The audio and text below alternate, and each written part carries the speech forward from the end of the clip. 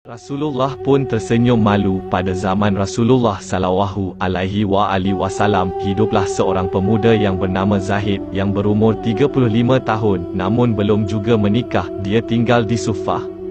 Ketika sedang mengasah pedangnya, tiba-tiba Rasulullah datang dan mengucapkan salam. Zahid terkejut dan menjawabnya agak gugup, "Wahai saudaraku Zahid, mengapa engkau sendiri saja?" Rasulullah menyapa.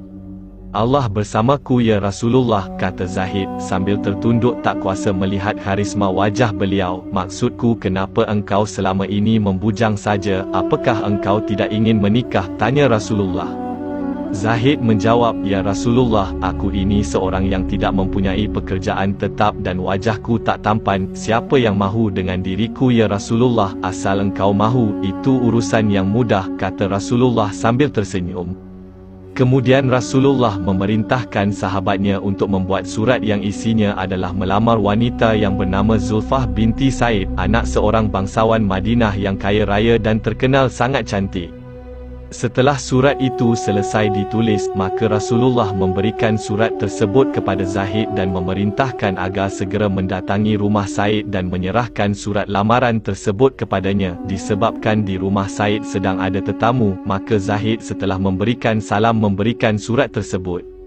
"Wahai saudaraku Said, aku membawa surat dari Rasulullah yang mulia untukmu saudaraku." Said menjawab, "Wah, ini adalah suatu kehormatan buatku." Lalu surat itu dibuka dan dibacanya. Ketika membaca surat tersebut, Said agak terperanjat kerana tradisi perkahwinan Arab yang selama ini biasanya seorang bangsawan harus berkahwin dengan keturunan bangsawan dan yang kaya harus berkahwin dengan orang kaya. Akhirnya Said bertanya kepada Zahid, "Wahai saudaraku, betulkah surat ini dari Rasulullah?" Zahid menjawab, "Apakah engkau pernah melihat aku berbohong?" Dalam suasana yang seperti itu, Zulfah datang dan berkata, "Wahai ayah, kenapa sedikit tegang terhadap tetamu ini? Bukankah lebih baik dipersilakan masuk?" "Wahai anakku, ini adalah seorang pemuda yang sedang melamar engkau supaya menjadi istrinya," kata ayahnya. Di saat Zulfah melihat Zahid, sambil menangis ia berkata, "Wahai ayah, banyak pemuda yang tampan dan kaya raya semuanya menginginkan aku tidak mahu dia ayah." Zulfah merasa dirinya terhina, maka Said berkata kepada Zahid, "Wahai saudaraku, engkau tahu sendiri anakku tidak mahu, bukan aku menghalanginya, dan sampaikan kepada Rasulullah bahawa lamaranmu ditolak." Mendengar nama Rasul disebut ayahnya, Zulfah berhenti menangis dan bertanya kepada ayahnya, "Wahai ayah, mengapa menyebut nama Rasulullah?" Akhirnya Said berkata, "Lamaran kepada dirimu ini adalah perintah Rasulullah." Zulfah terkejut kemudian beristighfar beberapa kali. Ia menyesal atas kelancangan kata-katanya itu. Seketika ia berkata kepada ayahnya, "Wahai ayah, kenapa tidak sejak tadi ayah berkata bahawa yang melamar ini Rasulullah? Kalau begitu segera aku harus dinikahkan dengan pemuda ini."